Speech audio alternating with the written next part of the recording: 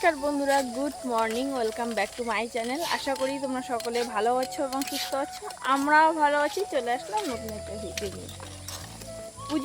পুজো শেষ। আজকে পুজো শেষ। আজকে হচ্ছে বিজয়া দশমী। সবাইকে দশমীর অনেক অনেক শুভেচ্ছা, ভালোবাসা। সবার পুজো ভালো কাটুক। পুজো তো শেষের দিকেই। তো ওই যে সকালে এখন আমরা বলতে গেলে মর্নিং ওয়াক করতেছি। যেহেতু ছেলেরা খুব ভোরেই উঠে, ওই 4টার দিকে। তারপর বিছানায় ঘুমাইতে চায় না। ওই কোনো রকম কষ্টমষ্টে রাখি, যেই না সূর্যের আলো ফোটে অমনি বাইরে বের করে ওদেরকে কমপক্ষে 7টা অবধি ঘোরাইতে হয়। তো আজকে মা এখনও ঘুম থেকে উঠিনি, বাবা আর আমি। বাবা কোলে কোলে ঘোরাচ্ছে একজন, আমি এই যে গাড়িটাতে করে, ওদের গাড়িটাতে করে বসে পড়েছি। তো চলো পুরো ভিডিওটা কন্টিনিউ দেখতে থাকো, আশা করি তোমাদের ভালো লাগবে। আর আমাদের রাজবংশীদের বিজয়া দশমী একটু অন্যরকমভাবে পালন হয়। যেহেতু আমরা রাজবংশী, তো রাজবংশীদের কেমনভাবে পালন হয় তোমরা দেখো, অবশ্যই তোমাদের ভালো লাগবে। ছেলেকে ঘোরাচ্ছি, ও শুধু এই দিকেই তাকাচ্ছে। এই যে সূর্য দেখো, কেমন একটা আবহাওয়া, তাই না? বাবা এসে গেছি, বাড়ি এসে গেছি। এখন ওদেরকে খাওয়াইতে হবে। মোট কথা এখন খাওয়াইতে হবে তোমাকে, তাই না বাবা? বিজয়ার দিন সকালবেলা প্রত্যেক বছরই আমাদের পাশের মাছের ব্যবসায়ীরা সকালবেলাতে মাছ নিয়ে আসবে, আর তাদের কাছ থেকে তোমাকে 100 হোক, 200 হোক, 250 গ্রাম হোক, হাফ কেজি হোক, মাছ তোমাকে নিতেই হবে। তো এখানে একটা দাদা এসেছিলো সকালবেলা, আর আমি সেই সময় ঘরে একটু ওই মোচা কোচা করছিলাম। তখনই দাদাটা এসেছে বলে আমি বাইরে বেরোলাম। আর এখান থেকে আমরা ওই হাফ কেজি মতন মাছ নিয়েছি। একটা কাতলা মাছ, 2টো পুঁটি মাছ। আসলে যেহেতু অনেক কয়েকজনই আসে, তাই এর সবার কাছ থেকে 1 কেজি করে মাছ নেওয়া হয় না। হাফ কেজি বলো, 250 গ্রাম বলো, নেওয়া হয়। তাতেই না বাড়িতে বিকেল দিকে দেখবা ওই 3 থেকে 4 কেজি মতন মাছ হয়। প্রত্যেক বছরই আমাদের সাথে এরকমটাই হয়। তো এখানে দেখো মাছগুলো কিন্তু ভীষণ তাজা ছিল। আর হাঁড়িতে তো দেখি কয়েকটা মাছ লাফাচ্ছিল। সকালবেলাতে এই যে বোন মাছগুলো কেটে রেখেছিল, কিন্তু মাছগুলো ঠিকঠাকভাবে কাটা হয়নি। আমার ছোটো বোন রান্না বসিয়েছিল, সেই সময়টা বলছে যে মাছ এতগুলো ভাজতে পারবে না, আমি ভাজবো আর কি। মাছগুলোতে লবণ হলুদ মাখতে গিয়ে দেখি ঠিকঠাক ধোয়ায়নি। তারপর ভালো করে ধুয়ে যে নুন হলুদ মাখাচ্ছি। নুন হলুদটা ঝুড়িতে প্রথমে মাখিয়ে নিলাম, কিছুটা জল বেরিয়েছে, সেই জন্য থালায় ঢেলে আবার একটু নুন হলুদ মাখিয়ে নিচ্ছি। এই মাছগুলো ভাজা করতে করতে আমার অনেকটাই পুরোনো দিনের কথা মনে পড়ে। এই যে দেখো, পরে তো 2 রকমের মাছ নেওয়া হয়েছে, তারপর আবার 1 কেজি নেওয়া হয়েছে। তো এখানে 3 রকমের মাছ রয়েছে। আর যেহেতু দশমীটা বৃহস্পতিবার পড়েছে, সেই জন্যই কিন্তু এবছর আর মাংস হইল না, কারণ আমাদের ওইদিকে বৃহস্পতিবার মাংস কাটে না।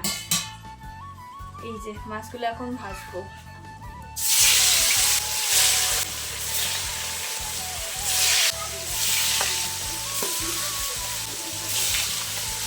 মাছের বড় বড় পিসগুলো তো আমি কড়াইতে দিয়েছি। আর এখানে দেখো কতগুলো লেজা আর ওই যে মাথা রয়েছে। মাছের মাথাটা ওই যে কি বলে ওটাকে, কাতলা মাছের মাথাটা এতটা বড়, সে কি বলবো, মাছের থেকে মনে হয় মাথাই বড়। দেখো উনুনের জালটা যেহেতু খুব বেশি পরিমাণে দেওয়া হয়েছে, তার জন্য কিন্তু খুব তাড়াতাড়ি মাছগুলো পোড়া লাগছিল। তাই আর কি মাছগুলো ভালো করে উল্টে পাল্টে নিচ্ছি। আর আমি এইদিকে মাছ ভাজতে ভাজতে মা বোন সবাই ওইদিকে স্নান করে নিয়েছে, পুজোর আয়োজন করতেছে। আসলে আমাদের রাজবংশী না, আমরা তো রাজবংশী, তো একটু অন্যরকম নিয়ম।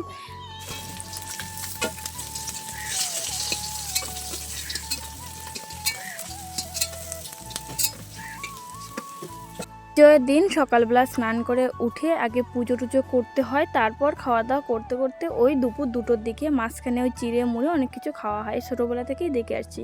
কিন্তু বোনের এত পরিমাণে খিদে পেয়েছে, ও রান্নাটা বসিয়েছে, ওইদিকে ভাত খেতে বসেছে, আমি মাছটা ভেজে দিলাম। আর ঝাল টাল কোনো কিছুই করিনি। পুজো ওই শেষের দিকেই ঘর থেকেই শোনা যাচ্ছে, তাই তাড়াহুড়ো করে কিন্তু স্নান করলাম। স্নান করে এই যে এখনও আমার যে স্নানের জামা কাপড় ওগুলো পর্যন্ত কাচিনি। এদিকে আমার ছেলেকে আর কি একটু সাজগোজ করে দিচ্ছি। এই জামা দুটো না আমার বোন দিয়েছে, আমার মেজো বোন দিয়েছে। একটা খুবই বড় আর একটা ঠিকঠাক মতন হয়। 2টো জামাই কিন্তু ওই একটু 19 আর 20 এরকম সাইজের নিলেই হয়ে যায়, কিন্তু এতটা পরিমাণে বড় ছেলের জামাটা মনে হচ্ছে ওই 6 থেকে 7 বছর বয়স অবধি ওর পরা যাবে।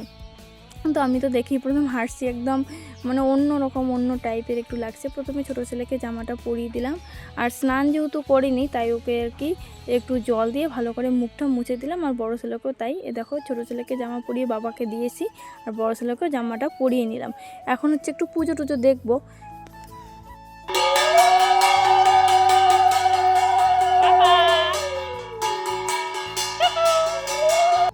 ঘর থেকে রেডি সেডি হয়ে বেরিয়ে দেখি বাবার পুজো করা শেষ হয়েছে। আসলে এই পুজোটা কিন্তু বাবাকেই করতে হয়। তো বাবা এখানে এই যে কাজলের টিপ পরেছে, তারপর কিন্তু আমার ছেলেদেরকেও পরানো হবে এখনই। আর আমার ছেলে এখানে ভীষণ খুশি ছিল, তাই আমিও একটু নাচানাচি করছি। আর এই পুজোটাতে না সকালবেলা প্রত্যেক বছরই মা আলতা পরে, আমরাও পড়ি, সে বিয়ের আগেও পড়ছিলাম। দেখো আমার বোনও কিন্তু পড়েছে, আমার টাইম ছিল না বলে কিন্তু পড়তে পারিনি। প্রথমে তো বড় ছেলেকে চন্দন কাজলের টিপ দেওয়া হচ্ছে, তারপর আমার ছোটো ছেলেকে। আর ও এতই মানে দুষ্টু, দিতেই চাচ্ছে না, যে কত জোর করে যে দেওয়া হচ্ছে, তাই একটু নাচানাচি করছিলাম। এদিকে দেখো বাবা শেষ প্রণামটা করে নিল। আর এখন হচ্ছে বাইরে একটু সব ঠাকুরগুলোকে ফুল জল এসব দিবে, আর ধুনোটাও একটু ঘোরাবে। ওই যে দেখো বড় ছেলেকে জামাটা পরা হয়েছে, ওকে দেখে বুঝতে পারছো যে ঠিক ওকে কীরকম লাগতেছে। জামাটা এত পরিমাণে বড় হয়, ওকে তো পুরো ইন পিন করে পরানো হয়েছে, তবুও বড় হয়। প্যান্টটা তো একদম পায়ের পাতা থেকে মনে হচ্ছে নাইটি যেন পড়ছে। তো আমার বোন একটু হাঁটা শেখাচ্ছে ওকে, মানে হাঁটতে তো পারে না, এখনও দাঁড়াইতেই পারে না। তো বড় ছেলে ওই রকম করছিল বলে ছোটো ছেলেকে নামিয়ে দিলাম। বড় ছেলে তবু একটু ইচ্ছা আছে, ছোটো ছেলে দেখি পাচ্ছেই না, তারপরে আর কি তুলেই নিলাম কোলে। হচ্ছে আমাদের পুজো হয়ে গেল, তোমাদেরকে তো বলেছিলাম যে সবটা দেখাবো, কিন্তু মানে স্নান করতে করতে মাছটা ভাজতে ভাজতে এইদিকে আমাদের পুজো একরকম হয়ে গেছে। এই যে এইখানে সমস্ত রকম দাঁড়া, তোমাদের ভালো করে দেখাই। এই যে দেখতে পাচ্ছ যত জিনিস আছে আমাদের বাড়ির ব্যবহৃত লোহার, তারপরে মানে ব্যবসার যা কিছুই থাকুক যার যেমনটা, এখানে আমাদের লাঙল কোদাল, তারপরে দা কাস্তে শিল, যত কিছু আছে পাথর টাথর সব কিছু পুজো দিতে হয়। আর বেসিক্যালি এই পুজোটা দিতে হয় আমার বাবার, মানে বাড়িতে যে সব থেকে বড় অবশ্যই তাকে পুরুষ হতে হবে। এবং এই পুজোতে যে কলার কাঠটা দিয়েছে ওটা মানে আমার বাবা ছাড়া অন্য কেউ খেতে পারবে না। এদিকে দেখো আমার ছেলেদেরকে তো রেডি করে দিয়েছি, ওরা যদিও বা স্নান করেনি, তো মানে ওই যে তিলক টিলক পড়েছে। এই যে বাবা বড় ছেলেকে দেখাই, দাঁড়াও, এই যে আমার বড় ছেলে, এগুলো হচ্ছে পুজোর ড্রেস। আর আমাদের কি নিয়ম আছে, তোমরা যতই ওই যে কি বলে 5-5টা দিন গেল নতুন জামা না পরো, দশমীর দিন নতুন জামা পরতে হয়, তো সেই জন্য আমরা নতুন জামা পরে নিয়েছি। কলার পাতায় সমস্ত জিনিস দিয়ে যে পুজোটা করলো ওইটাকে বলে যাত্রা। আর যাত্রার শেষে না সবাইকে চিড়ে মুড়ি খই নাড়ু মোয়া এসব একটু করে খেতে হয়। আর দশমী যেহেতু তাই সবাইকে একটু প্রণামও করতে হয়। এদিকে দেখো আমাদের বাড়িতে অনেক সদস্য চলে আসছে, আর সবাইকে খেতে বলা হচ্ছে, কিন্তু 2-1 খেতে চাইছে, বাকি আর খেতে চাইছে না। তোমাদেরকে তো বলেই দিলাম যে চিড়ে খেতে হয়, তাই এখানে দেখো মা হচ্ছে ধান চিড়ে এগুলো একটু ঝেড়ে নিচ্ছে, যা খুব মানে তুষ থাকে, ওগুলো তুষগুলো ফেলে দিই। এখানে দেখো বাবা মা বোন সবাই খেতে বসেছে। গুড়ির মোয়া, তিলের নাড়ু, নারকেলের মানে চিনি দিয়ে নাড়ু, আবার গুড়ের নাড়ু, ফল দই চিড়ে এগুলো দিয়ে কিন্তু খেয়ে দে আর কোনো রকম ভিডিও করতে পারিনি। তারপরে একদম খাওয়ার সময় আসলে খুবই খিদে পেয়েছে, আমি সেরকম চিড়ে একটা খেতে পারিনি, অল্প একটু খেয়েছি। তো আমাদের আজকে রান্না হয়েছে ওই মাছের ঝোল, একটু শাক আর বেগুন ভাজা, এই দিয়ে আমাদের যাত্রার খাওয়া দাওয়া হয়ে গেল। কারণ এই দিনটাতে আমরা অনেক মজা করি, অনেক খাওয়া দাওয়া করি, কিন্তু এই দিনটা যেহেতু বৃহস্পতিবার পড়েছে তাই সেরকম একটা মজা হলো না। তো আজকের ভিডিওটা এই পর্যন্ত। ভিডিওটা কেমন লাগলো কমেন্ট করে জানাতে কিন্তু একদম ভুলবে না। দেখা হবে নেক্সট ভিডিওতে, বাই বাই।